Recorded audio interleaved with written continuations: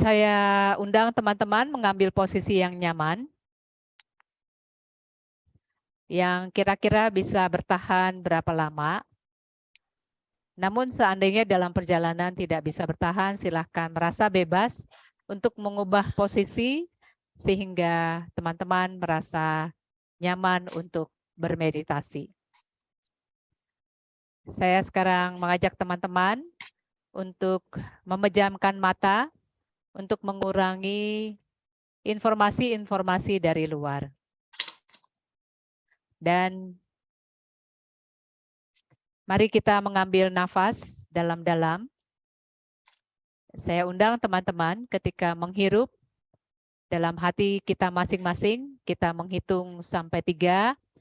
Dan ketika menghembuskan, kita menghitung sampai 5. Mari kita mengambil nafas dalam-dalam sebanyak 3 kali.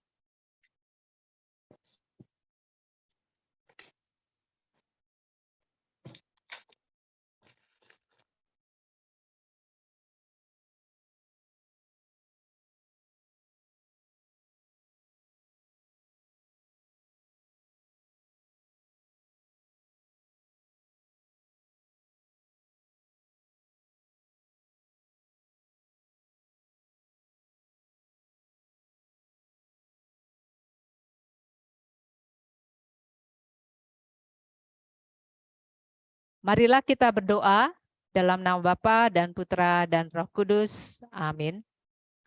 Ya Allah, sumber hidup, kami datang bersujud kepadamu. Bukalah hati kami dengan rahmat-Mu untuk memasuki keheningan. Dalam kehadiran Roh-Mu, sumber kedamaian. Bimbinglah kami masuk dalam misteri keheningan. Alirilah lubuk hati kami dengan roh kasih-Mu. Semoga hidup kami semakin bersatu, selaras dengan Roh-Mu. Amin. Sekarang saya mengundang Mbak Elvi dan Mbak Yeni nanti setelah Mbak Elvi untuk membagikan sedikit pengalaman di sekitar meditasi. Silakan Mbak Elvi. Ya, selamat sore suster, selamat sore teman-teman meditator. Saya ikut meditasi ini sejak dari awal ya suster, waktu pandemi mulai itu. Saya senang ikut meditasi karena mendapatkan rasa tenang, damai gitu, lebih bisa mengontrol diri. Jadi ya memang saya suka sih. Itu aja suster. Senang bermeditasi. Ya. Terima kasih Mbak Elvi. Meditasi membuat Mbak Elvi tenang, damai. Jadi ketagihan. Iya.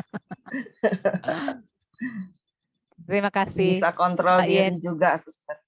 Betul, mengontrol diri ya. Terima kasih Mbak Elvi. Yuk. Mbak Yeni, silahkan. Iya, suster. Ya, selamat malam teman-teman sama suster. Selamat malam. Mungkin yang saya sharingkan masih belum terlalu ini ya, suster, karena saya belum bisa mengikuti meditasi ini dengan full kadang-kadang suster, karena jujur apa namanya jam-jam segini kadang-kadang saya juga masih ada kesibukan gitu di tengah kantor. Jadi tapi lebih better daripada pagi. Kalau pagi saya nggak bisa. Jadi saya memilih yang jam 6 ini. Saya ikut di meditasi ini ya ajakan dari teman, karena saya juga ada pergumulan. Jadi apa namanya ada kerinduan dari saya, maksudnya ingin mengenal gitu loh, apa yang Tuhan mau gitu loh di dalam hidup saya gitu kan. Jadi akhirnya dengan saya biasanya melakukan doa pribadi, kok rasanya kok kurang gitu kan. Jadi ya saya mencoba dengan meditasi ini mungkin saya lebih bisa apa ya,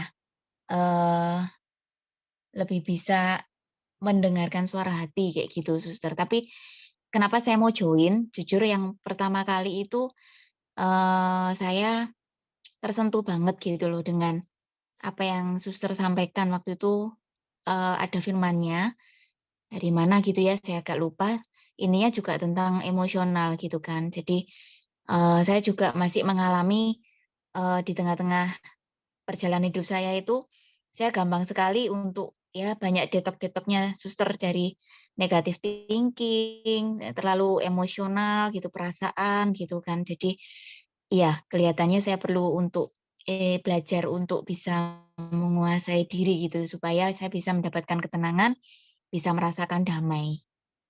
Mungkin Wow, itu saja suster. wow, terima kasih Mbak Yeni atas sharingnya yang luar Suster, biasa.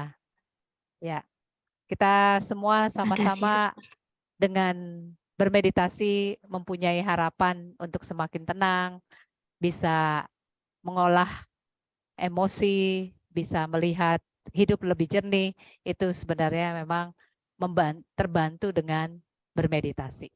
Ini sebagai sharing dari Mbak Elvi dan Mbak Yeni membantu saya untuk masuk ke tema saat ini sebagai pengantar untuk masuk ke meditasi. Ya, temanya adalah pikiran, bagaimana mengelola pikiran.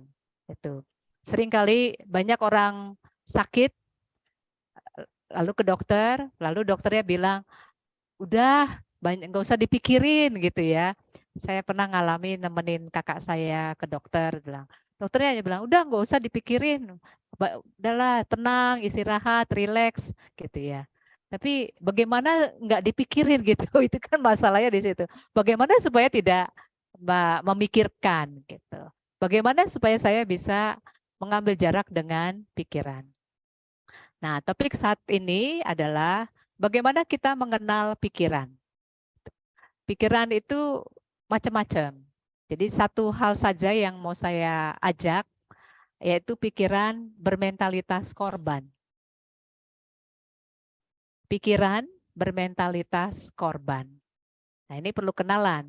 Kalau teman-teman bisa ngerti dan bisa menyadari kita punya mentalitas korban, itu salah satu step, langkah untuk lebih damai, lebih tenang, dan lebih jernih melihat hidup. Nah, dari pengalaman hidup saya, kabar bagusnya, kabar bagus dalam arti adalah teman-teman, di mana saja kita berada, pasti ada orang yang memperlakukan kita negatif. Pasti ada. Jadi sehebat-hebatnya kita berbuat baik, sebagus-bagusnya kita bermurah hati pada orang-orang di mana saja kita berada, pasti ada orang yang bersikap negatif.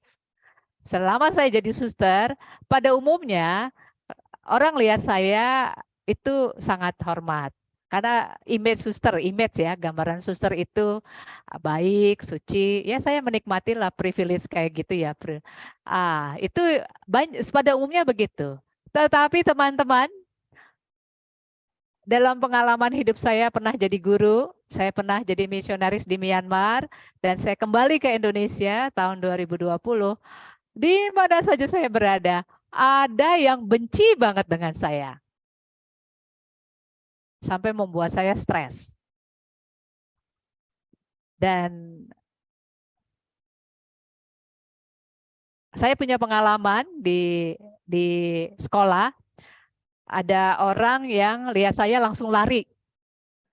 Awas ada suster, gitu. Nggak tahu memorinya apa sampai dia bilang awas ada suster. Saya punya pengalaman, punya teman yang ada anaknya. Dek, awas jangan nakal, ada suster. Itu. Lalu saya punya pengalaman di sekolah juga, teman rekan kerja yang memang suster itu terlalu perfeksionis, apa-apa diurusi, apa-apa salah, apa-apa lagi-lagi saya. Langsung zruk saya, aduh, rasanya kalau dituduh ya, itu sedih sekali. Sampai saya punya pengalaman di sekolah, ada bos saya, seorang awam yang saking bencinya dengan saya, dia tidak mengundang saya rapat koordinasi. Saya depresi. Aduh, saya salah apa ya? kok kayak gini ya, padahal sudah baik ya, kok bisa ya gitu. Yang membuat saya agak tenang, positive thinking kan. Ada istilah positive thinking yang sampai sekarang saya tidak setuju dengan pikiran itu. Saya positive thinkingnya ya udahlah, kita perlu ngerti. Jangan-jangan memang orang itu sudah punya memori tidak enak, pengalaman traumatik bersama suster mungkin. Jadi semua suster dianggap jelek gitu ya. Bisa jadi dia pernah distrap sama suster waktu SD, dimarah-marahin, bisa jadi dia punya pikiran kayak gitu. Nah, ya awalnya sih saya berpikir positif seperti itu sehingga ya dihadapi ketika ada orang berpikiran negatif. Tapi kalau kerja terus setiap hari dengan kerja tim gitu ya sama orang yang apa-apa dikritik, apa-apa di perasaan saya dijatuhkan, direndahkan, ya lelah ya, berat gitu. Terus Tuhan berdoa, lalu ada yang bilang udahlah ngalah. Duh, tidak mudah kayak gitu. Ngalahlah, apalagi kamu suster, doain aja gitu. Aduh, ya ampun, berat sekali. Nah, teman-teman, Tuhan itu luar biasa. Ya, saya juga bermeditasi supaya ambil nafas, lepaskan. Aduh, me time ke pantai, dibuanglah energi negatif. Iya. Jadi kabar bagus ya teman-teman, saya tidak lepas dari kayak gitu sampai segala abad. Jadi kita sama, senasib, seperjalanan dalam hidup yang tujuannya adalah bertumbuh dan mengenal pikiran. Pikiran yang membuat kita langsung energinya turun adalah bukanlah orang yang berkomentar seperti itu, tetapi karena pikiran kita. Pikiran kita, aduh direndahkan, aduh ditolak, aduh saya nggak dimengerti, aduh nggak diterima. Itu sebenarnya yang membuat kita jatuh. Bukan orang itu ya nggak bisa berubah. Itu kita nggak bisa ngubah orang lain kan. Kita nggak bisa nyuruh orang itu berubah. Sakit kepala sendiri malah vertigo kalau kita berdoa berharap besar orang lain berubah. Nggak bisa. Orang ngubah diri sendiri aja nggak bisa. Caranya mengubah diri sendiri adalah mengubah pola pikir. Caranya untuk mengubah pola pikir, sadar kalau pikiran kita salah. Itu yang perlu kesadaran. Nah, Tuhan tuh hebat. Tuhan bantu saya dong. Aduh, ini pikiran positif yang kayak tadi itu nggak manjur sebenarnya. Saya sering merasa lelah ya. Mungkin karena ada orang tidak suka dengan saya karena suster, atau juga karena saya perempuan yang mandiri, atau karena pribadi. Jadi udah punya gambaran tuh istilah psikologinya enemy image, gambaran musuh gitu. Kalau lihat saya udah jadi kayak musuh gitu. Ada. Jadi saya pikir teman-teman yang memperhatikan saya mungkin juga di Zoom ngerasa ya, oh ada orang benci banget sama teman-teman gitu ya. Itu tidak ada hubungannya dengan kita sebenarnya. Kehadiran kita itu memantik trigger ya, memantik mereka ada memori tertentu. Nah, Tuhan tuh hebat. Sabtu yang lalu, saya seperti biasa setiap Sabtu pagi, jam 2 pagi, ini Grace, kamu di Toronto, saya punya kelas yang di California, itu jam 2 pagi. Karena saya tahu diri ya, saya masih belajar, sering kena emosi gitu, jadi saya perlu belajar. Saya ikut kelas itu, kelasnya namanya kelas berkomunikasi tanpa kekerasan. Di situ kelas coaching, bagaimana kita mengolah pikiran. Temanya pada saat itu adalah bagaimana kita bereaksi, merespon, menanggapi ketika ada orang berperilaku negatif pada kita, menjatuhkan, itu juga persepsi ya, menjatuhkan, merendahkan, atau ada orang bilang dasar suster sok suci gitu, sakit hati. Orang itu hanya bilang dasar suster sok suci, udah. Tapi kita udah punya persepsi, oh aku direndahkan, ya itu yang bikin kita susah ya di situ. Jadi sakit hati, kecewa, itu bukan orang itu orangnya bilangnya begitu, faktanya. Nah, ini cerita di dalam pikiran kita lah yang membuat kita susah. Itu yang disebut bermentalitas korban. Nah, pada kelas itu berdurasi 2 jam. Kami ada coachnya. Coachnya itu kelahiran Israel. besar di Amerika Serikat. Yang hadir di situ setiap minggu itu 100 orang kira-kira dari berbagai negara, sharing pengalaman mereka yang sama seperti itu, sama dengan pengalaman kita. Jadi kabar bagus teman-teman, di seluruh dunia ngalami yang sama gitu loh. Tidak hanya dalam hidup kita sendiri, di seluruh dunia. Jadi kita sama-sama manusia, human race, bangsa manusia yang mengalami, pasti ada orang bersikap negatif pada kita. Dan juga di seluruh dunia tanggapannya adalah sakit hati, kecewa, marah, mau mukul, mau ini, atau lari, atau mundur. Itu reaksi yang selalu pada umumnya terjadi. Itu. Nah, seperti Yesus kita diajak untuk bereaksi atau merespon secara sadar. Sadar, itu yang paling penting. Tidak dikendalikan oleh memori atau pikiran bawah sadar kita. Sadar melakukan. Untuk bisa sadar, pasti kalau kita sadar, respon kita adalah genius. Respon kita itu cerdas. Respon yang cerdas bisa jadi diam aja, bisa jadi tersenyum, bisa jadi mengubah orang itu seperti Yesus. Ketika disalib, Yesus disalib, terus ada prajurit yang bilang, terheran-heran, sungguh dia anak Allah. Itu. Bagaimana kita merespon sehingga orang bilang, ih hebat ya orang itu ya, nggak sakit hati. Nah itu caranya gimana? Caranya merespon dengan alam bawah sadar itu yang perlu diolah. Nah, saya makanya ikut kelas setiap Sabtu karena tahu diri, karena mudah juga dikendalikan oleh reaksi-reaksi negatif. Apalagi dengan reaksi negatif dari orang yang kita cintai, itu yang paling ngeri. Bukan yang kalau nggak ada hubungannya ya nggak ada masalah. Tapi kalau yang kita paling cintai, yang paling kita care, yang kita beri waktu, termasuk di tempat kerja kita, itu yang membuat kita sering sakit hati dan jatuh, sedih, kecewa, cemas, takut gitu ya. Nah, di kelas itu 2 jam, 30 menit terakhir kita ditempatkan di kelompok-kelompok kecil. Nah, pada Sabtu kemarin saya di tempat, biasanya di kelompok kecil itu berdua atau bertiga atau berempat.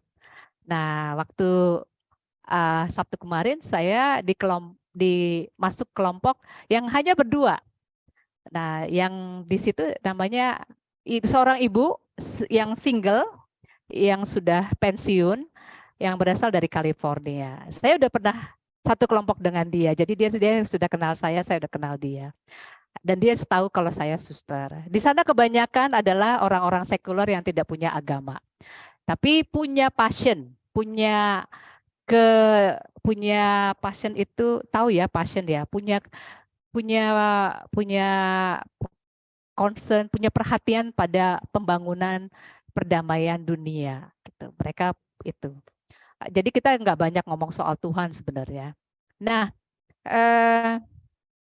lalu kami berdua sharingnya adalah bagaimana menanggapi orang yang bersikap negatif. Lalu dia sudah kenal saya, lalu dia spontan cerita. Lalu dia bilang, jujurnya saya adalah orang yang suka bersikap negatif. Dia bilang gitu. Bukannya dia diperlakukan negatif, tapi dia bercerita bahwa dia sering mengkritik orang lain, dia sering menjatuhkan orang lain. Sangat jujur dia. Tapi karena kita semua berada di kelas yang ingin terus belajar sadar, sehingga dia bilang, itu tidak mudah. Dia bilang, saya itu tipenya adalah tipe orang cemas dan takut. Karena saking cemas, karena pengennya perfect, saya sampai bisa menjatuhkan orang lain. Kenapa? Saya maksa orang lain.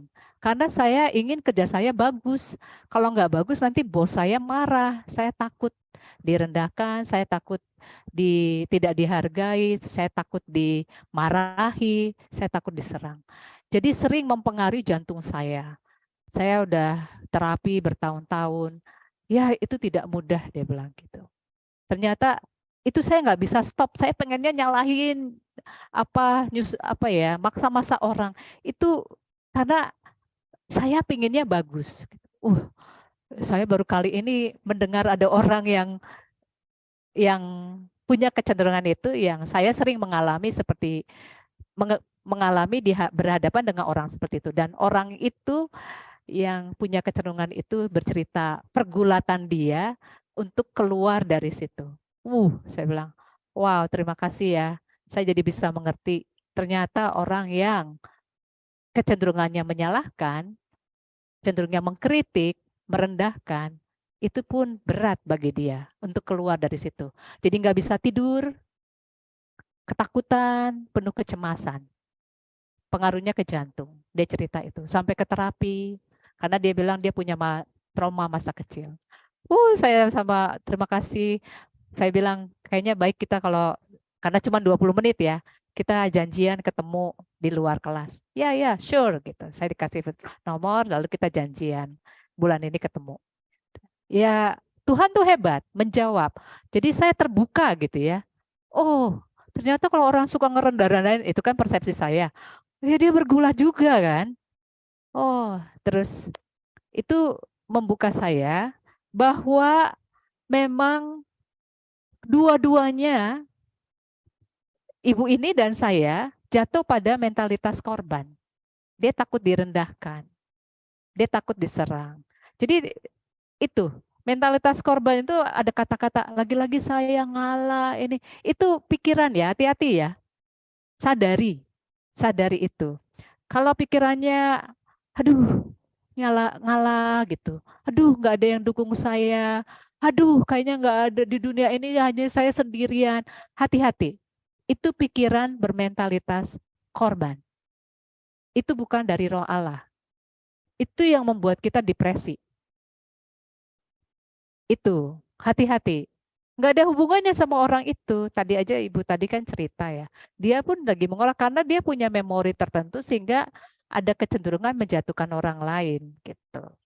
Apalagi saya buat apa? Saya udah berjuang, udah baik hati kok saya diginikan. Nah, hati-hati yang kayak gitu. Ya, hati-hati. Terus juga nyalain orang lain. Saya udah kerja keras, ini kok pada santai-santai, nyalain orang lain. Itu mentalitas korban. Saya udah kerja keras, yang lainnya santai-santai. Hati-hati loh itu. Hati-hati. Itu yang membuat kita susah. Terus, aduh, kayaknya nggak ada ya yang memperhatikan saya ulang tahun, nggak ada yang ngasih. Nggak ada ya. Aku sering ya itu ya. Aku sering menyapa kok nggak ada yang bilang selamat ulang tahun. Itu loh, hati-hati itu mentalitas korban. Jadi down kan, yang bikin down ya itu kok nggak ada ya ngasih ucapan. Itu sebenarnya ketawa jadi kena ini. Itu teman-teman ya. Lalu jadi merasa aduh saya nggak mampu, saya nggak bisa, apalah saya ini kan orang biasa, hati-hati yang kayak gitu. Ya, itu perlu latihan. Meditasi membantu kita untuk sadar itu. Ketika meditasi, kalau pikiran muncul, kita sadar ini pikirannya bagus apa enggak? Ini pikiran korban apa enggak? Sekarang teman-teman udah mulai sadar gitu ya. Jadi ada pikiran itu sebenarnya bukan dari roh Allah dan sebenarnya bukan benar. Tapi bodohnya kita ikuti, jadinya tandanya ya emosi kita, tandanya lewat emosi. Kalau depresi, kalau stres, kalau cemas, kalau takut, kalau marah, artinya kita dikendalikan oleh pikiran. Itu sebenarnya. Ya. Terus kenapa sih kita terperangkap dengan mentalitas korban? Kenapa? Enak dikasihani orang lain kan enak kan? Aduh gitu kan. itu lingkaran apa ya? Lingkaran setan istilahnya. Kita terperangkap di situ. Saya ada orang yang mentalitas korbannya gede banget gitu ya. Saudara saya itu, duh kasihan saya itu yang paling tua, yang ini sudah banyak berkorban gitu. Terus nangis gitu ya. Itu cara dia. Kalau udah nangis kan kasihan, kita merasa bersalah gitu kan. Kamu apain sih sampai dia nangis? Diapain itu kan orang lain yang lihat. Ini gara-gara kamu. Terus kan dia terus udah maaf ya. Kamu maunya apa? Dia kan seneng. Itu mentalitas korban. Itu. Nah, suatu hari saya karena sadar ini mentalitas korban, dia lagi apa menyalahkan saya gitu. Terus nangis, ya udah dewasa, udah umur 50-an nangis.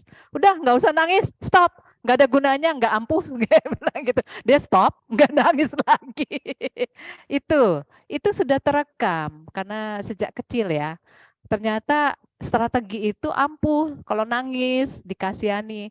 Tapi lama-lama saya pernah punya strategi itu, nangis gitu. Tapi nggak ada yang ngasih apa-apa. Terus habis itu nggak mau lagi gitu. Jadi itu. Jadi salah satunya kenapa kita senang bermentalitas korban karena dapat perhatian. Kedua adalah karena kita nggak mau bertanggung jawab. Itu sadarilah. Kalau kita nggak mau bertanggung jawab dengan hidup kita, susah kita akan dikontrol orang lain. Kita akan dikontrol orang lain. Nah, jadi teman-teman kita perlu membangun kesadaran. Caranya satu, bermeditasi, ambil jarak.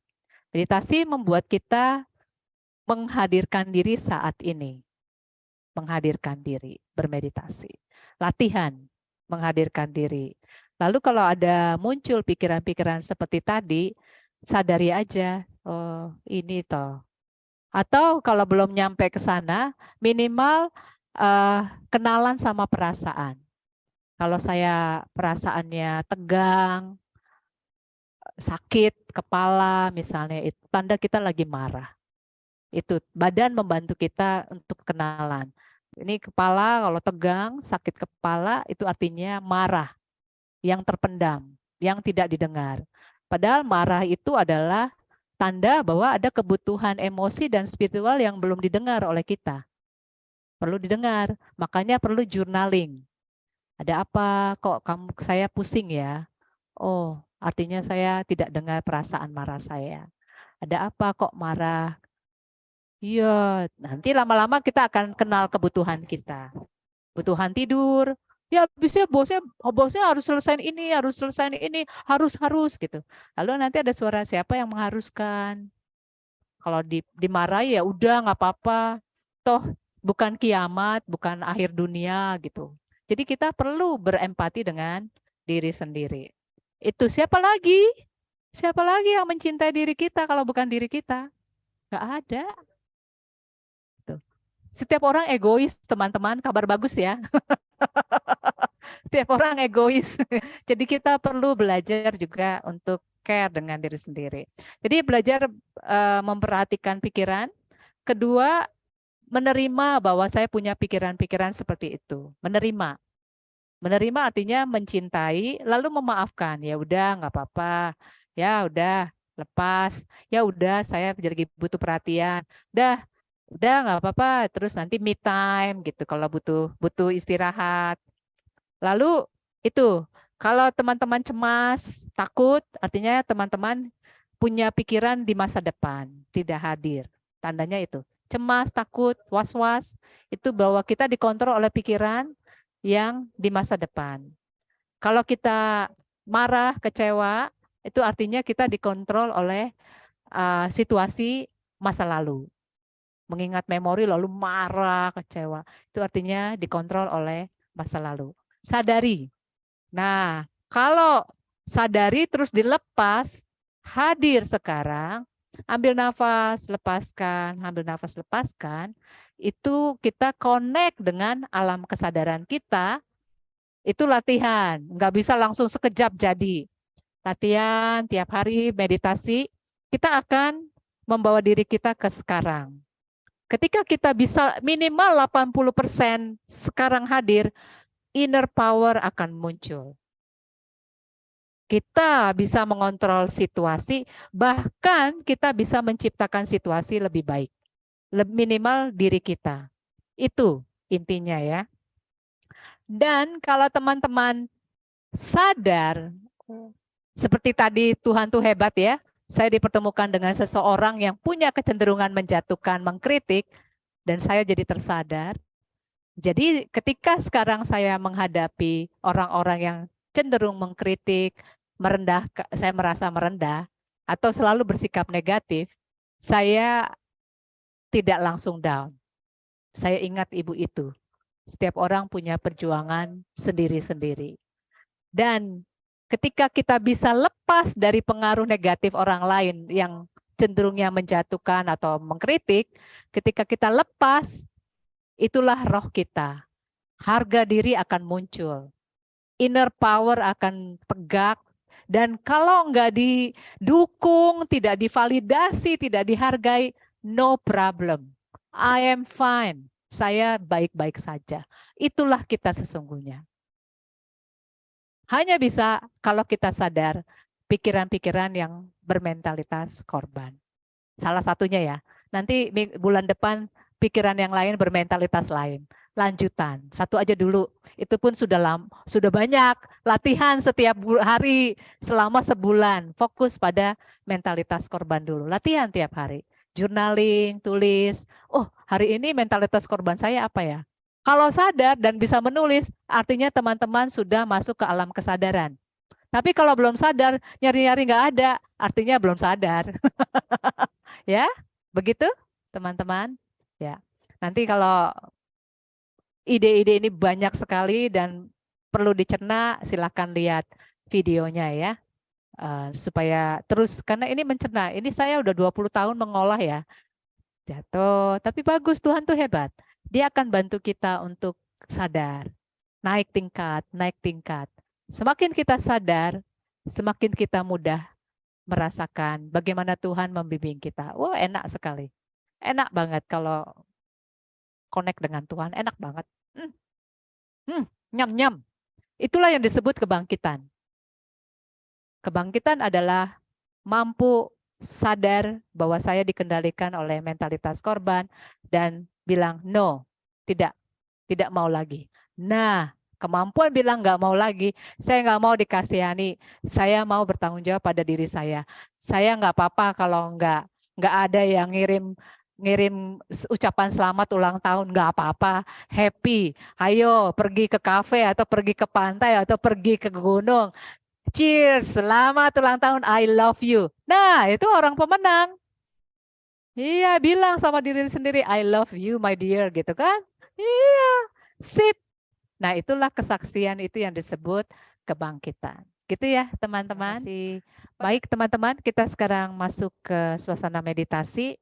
Saya akan membimbing meditasi pernafasan dan panca indera. Kemudian berhubung ini sudah jam 7:06, kita bermeditasi hening selama 10 menit saja. Biasanya 20 menit, tapi ini sharing teman-teman dan pertanyaan sangat membantu kita semua. Jadi 10 menit saja, hening sendiri. Saya akan mulai nanti dengan gong, saya akhiri dengan gong. Dan selama 10 menit, teman-teman silahkan melakukan meditasi sesuai dengan model sendiri-sendiri. Entah itu berfokus pada pernafasan, atau berfokus pada panca indera, atau dengan dengan mantra, silakan. Kata Yesus, mengatakan Yesus atau Maranatha, merasa bebas melakukan sesuai dengan kebutuhan teman-teman. Ya, baik.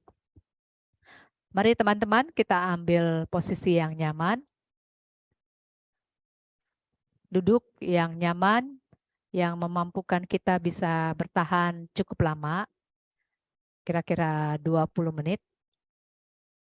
Kemudian untuk mengurangi informasi dari luar, mari kita memejamkan mata. Dan untuk mengundang pikiran kita hadir di saat ini dan rileks beristirahat, mari kita mengambil nafas dalam-dalam sambil menghitung sampai 3 ketika menghirup dan menghitung sampai 5 ketika menghembuskan. Mari kita ambil nafas dalam-dalam sebanyak 3 kali.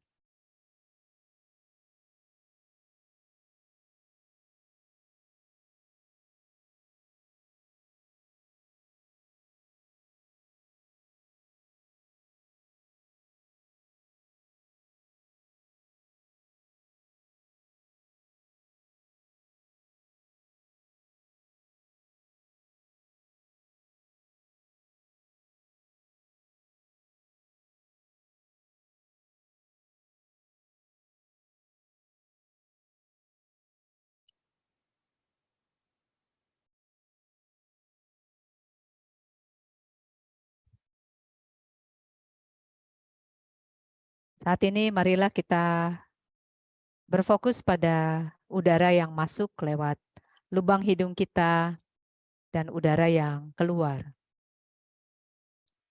Kita sadari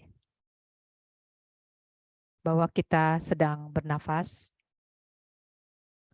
Bila ada pikiran yang datang, katakan pada pikiran itu, nanti setelah meditasi singkat ini, kita akan memberi perhatian. Dan kita berfokus pada udara yang masuk dan udara yang keluar lewat lubang hidung kita.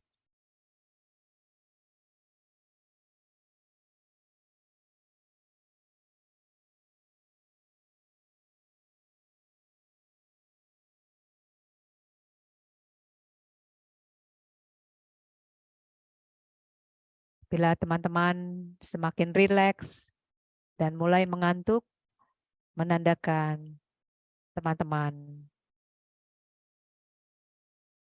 lelah dan lebih-lebih beraktivitas sepanjang hari. Bila nanti tertidur, biarkanlah, tidak perlu merasa bersalah. Biarkanlah tubuh beristirahat. Lelah adalah bahasa tubuh untuk mengatakan pada kesadaran kita bahwa kita butuh istirahat. Bila teman-teman dalam situasi yang sadar, silakan melanjutkan perhatian pada udara yang masuk dan udara yang keluar.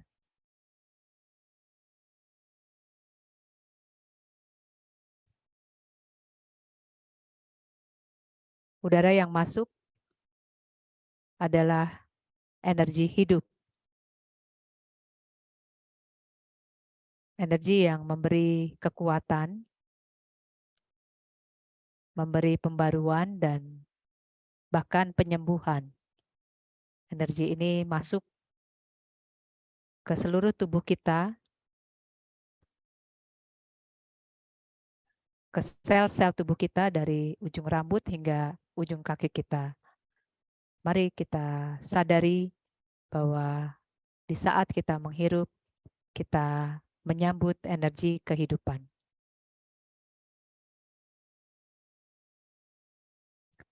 Di saat kita menghembuskan, kita melepaskan energi yang tidak dibutuhkan oleh tubuh kita.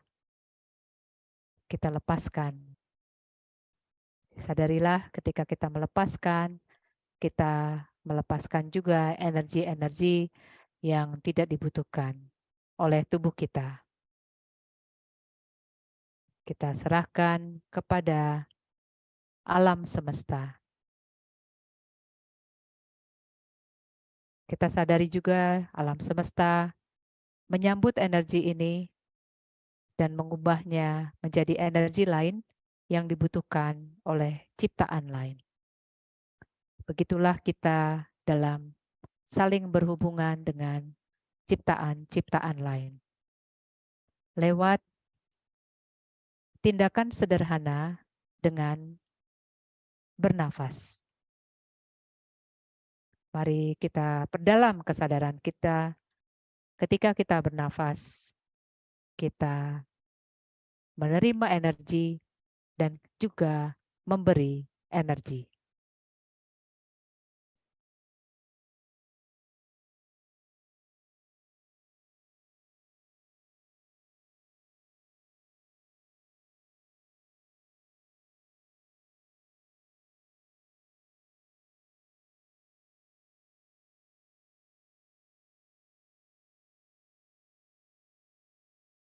Sebentar lagi kita akan mengambil nafas dalam-dalam.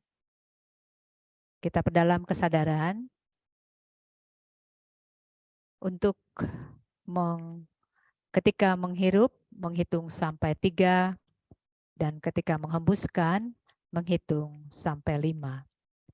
Sambil semakin dalam kita sadari, kita menerima energi dan juga memberi energi. Marilah kita mengambil nafas dalam-dalam 1 kali.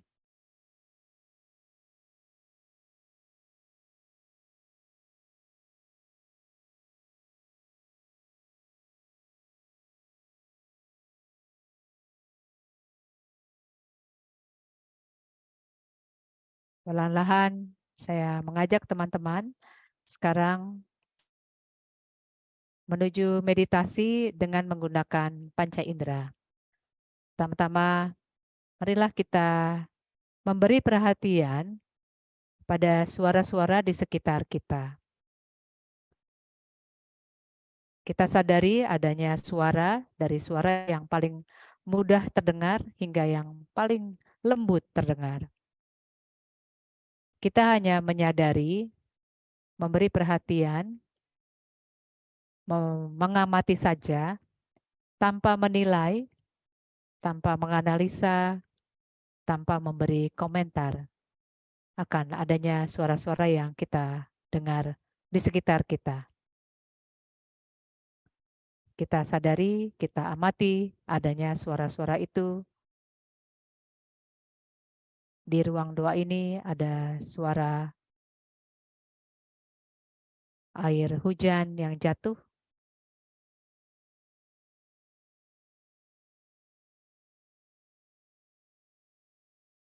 Ada suara kendaraan, dan ada suara yang lain. Mari kita sadari, kita perhatikan suara-suara yang ada di ruangan kita, tempat kita berada.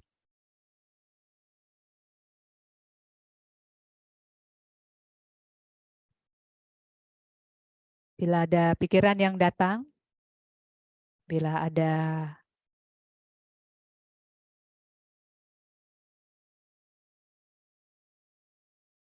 pikiran yang muncul, bertanya atau berkomentar, silakan mengambil nafas dan mengatakan bahwa nanti akan diberi perhatian, lalu kembali berfokus pada pengamatan kita akan adanya suara-suara di sekitar kita.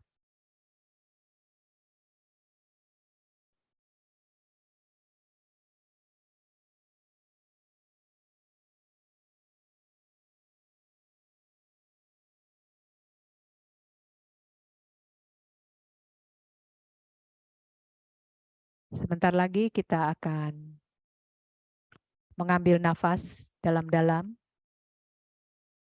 Mari kita perdalam kebiasaan untuk mengambil nafas dalam-dalam.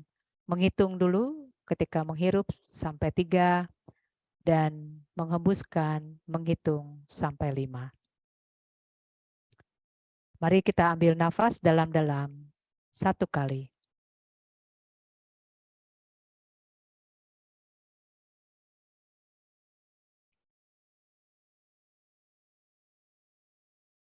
Perlahan-lahan, marilah kita alihkan perhatian kita pada bau-bau di sekitar kita.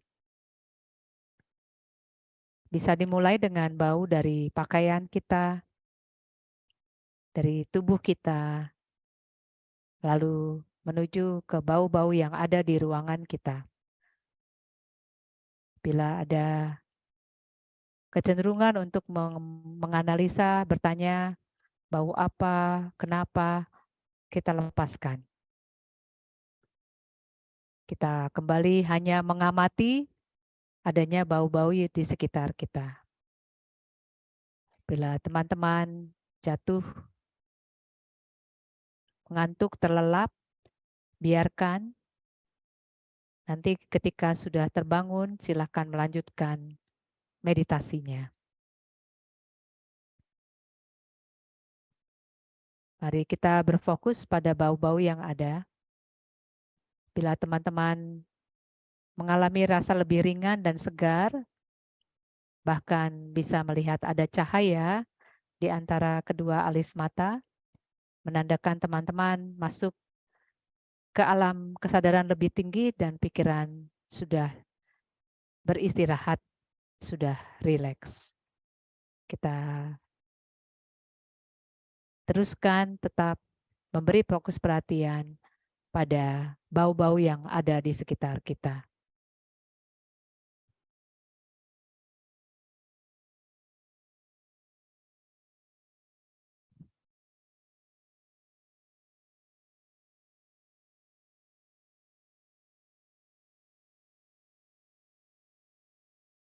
Sebentar lagi kita akan mengambil nafas dalam-dalam.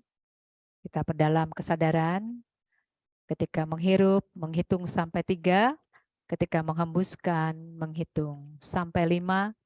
Sambil menyadari bahwa ketika menghirup kita menerima energi yang luar biasa. Energi hidup, energi kekuatan, energi penyembuhan. Dan ketika kita melepaskan, kita mengeluarkan energi yang tidak dibutuhkan. Kita lepaskan sejauh-jauhnya dan kita sadari bahwa alam semesta menyambut energi ini, mengubahnya, menjadikan energi lain yang dibutuhkan, ciptaan lain. Marilah kita mengambil nafas dalam-dalam 1 kali.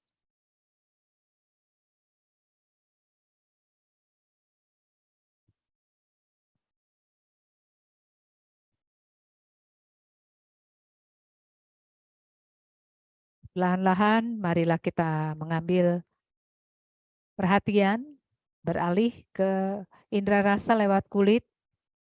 Marilah kita pertajam kesadaran kita akan sentuhan udara di kulit, permukaan kulit di tubuh kita.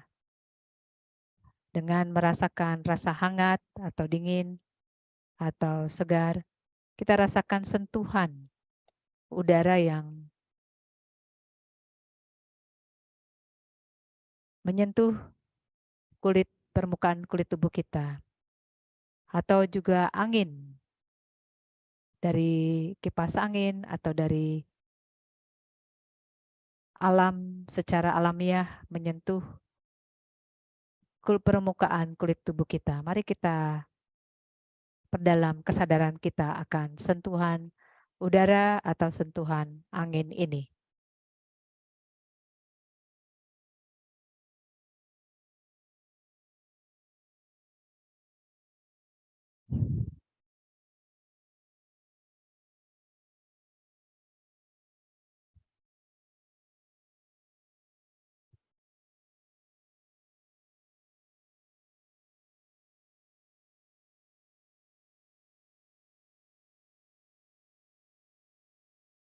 Sebentar lagi kita akan mengambil nafas dalam-dalam.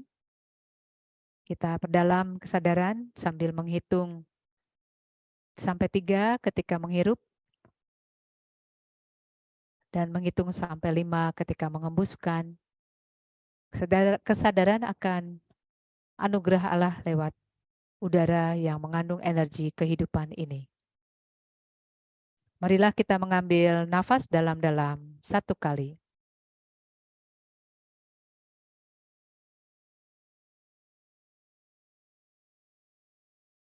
Masih dalam suasana memejamkan mata.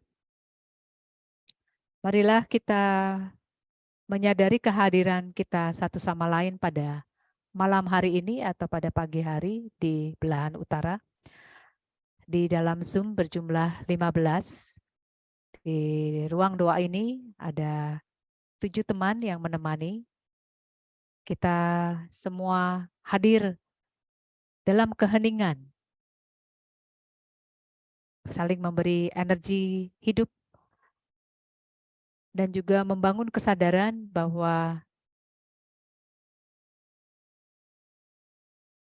kita semua seperjalanan untuk semakin dekat dengan diri sendiri, semakin harmonis dengan jiwa kita, hati kita, dan juga untuk semakin lebih damai dan gembira ketika menghadapi realita-realita hidup yang penuh tantangan. Mari kita bersyukur atas kehadiran satu sama lain sambil mengambil nafas dalam-dalam 1 kali.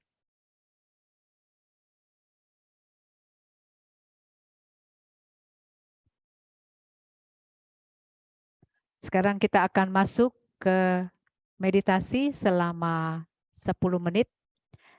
Saya akan mulai dengan gong dan saya akan akhiri dengan gong dan saya akan memainkan musik untuk membantu kita masing-masing berada dalam suasana meditasi. Silakan dalam suasana 10 menit bermeditasi, memilih berfokus pada pernafasan atau berfokus pada satu suara di sekitar kita atau berfokus pada mantra. Silakan merasa bebas memilih cara meditasi yang paling membantu memenuhi kebutuhan teman-teman.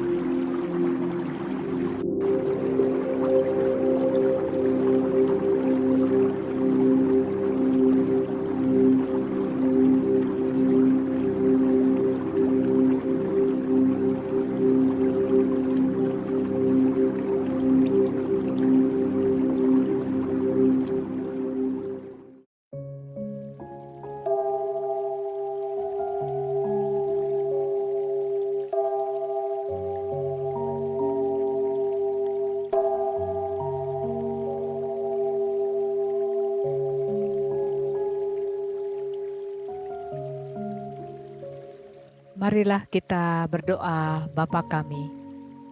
Bapa kami yang ada di surga, dimuliakanlah namamu. Datanglah kerajaanmu, jadilah kehendakmu di atas bumi seperti di dalam surga. Berilah kami rejeki pada hari ini, dan ampunilah kesalahan kami, seperti kami pun mengampuni yang bersalah kepada kami. Dan janganlah masukkan kami ke dalam percobaan, tetapi bebaskanlah kami dari yang jahat. Amin.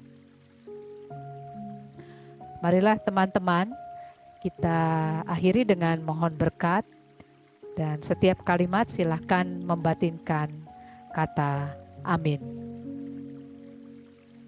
Semoga damai semakin bertumbuh dalam kebersamaan kita. Amin. Semoga damai semakin hidup di hati kita masing-masing. Amin.